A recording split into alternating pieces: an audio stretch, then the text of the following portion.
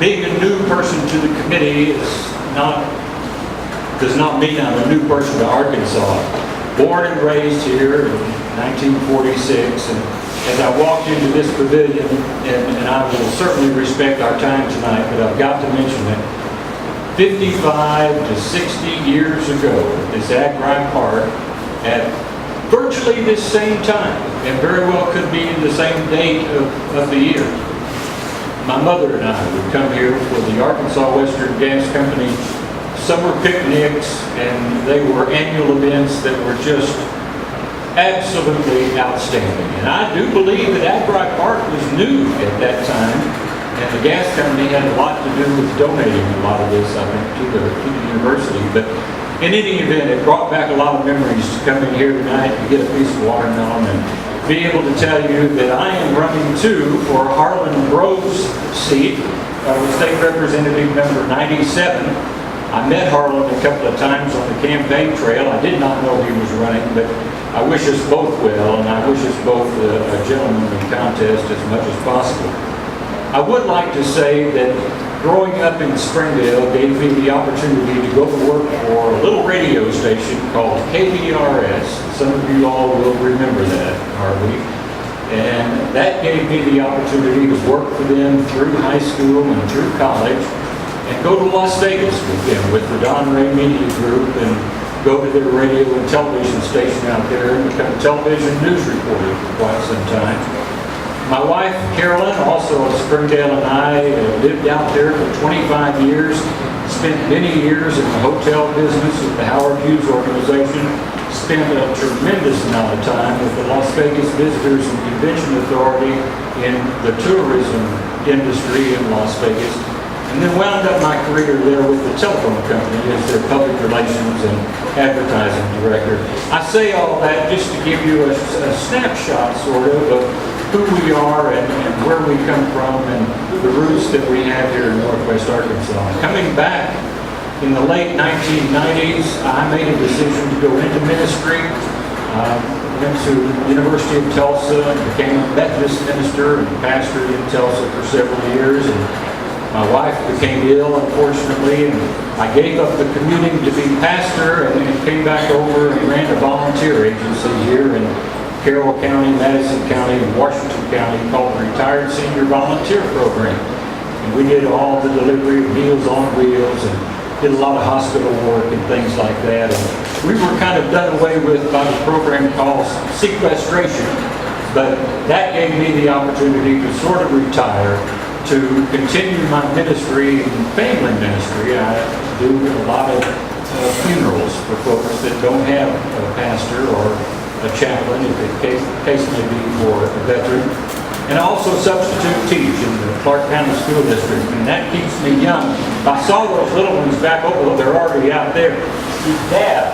And boy, they just go nuts. You know, Mr. Morris dabbed us in class. But my granddaughter, she tells me what to say when I go to teach. I'm going to run on a platform of HOG. I had a great-grandfather that played for the first Arkansas football team. They were called the Cardinals. And I have held on to that little symbol, HOG, thinking one day I may run for office. And that stands for Honest, Open Government. And I mean honest, open government. And the barometer and the test piece for every piece of public policy that comes through that I have a chance to vote on is going to be earmarked and measured by something called the EAR test. Efficiency, accountability, and reasonability. Is it efficient? Is it accountable? Is it reasonable? Does it stand the common sense test? And I can think of one thing that has come to my mind since the very first meeting I was with you all, and Mr. Mendenhall brought it up when we had a panel of legislators, and the 400 and some odd meetings that all the legislators are asked to come into during the year, and all the expense that takes. Surely there is a more efficient and more effective way to get those people to work on our behalf than just constantly tearing up the road between here and Little Rock with all the expense and with everything else. But with that said, I'll pause and I want to share with you an endorsement. I received an endorsement yesterday by email, and this old boy is one of the proudest persons in this room to get something like this, and it's not long, so I'll share it. Good for Papa. I must say I was definitely surprised when I opened the page and found Papa's candidate photo with the slogan, "I love the hog" slogan. That's so elaborate and really defines who he is. Good job. We read his article and watched the videos on his website. Both were very good, but the video really stood out because he talked very confidently and kept a smile on his face the whole time. If he was scared, boy, you couldn't tell. Papa is such a good speaker. He has such a nice low voice. It kind of calms you, to be honest.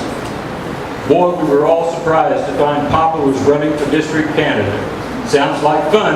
I mean, good for Papa. Papa really does make the most out of his life, doesn't he?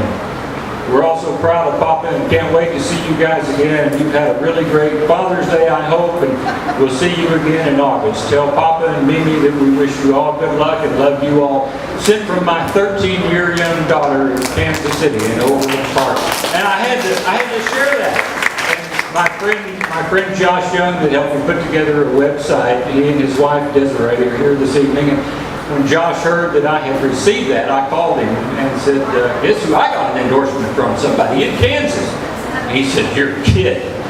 And then I told him what it was. He said, "Well, I want to film it so we can send it to him."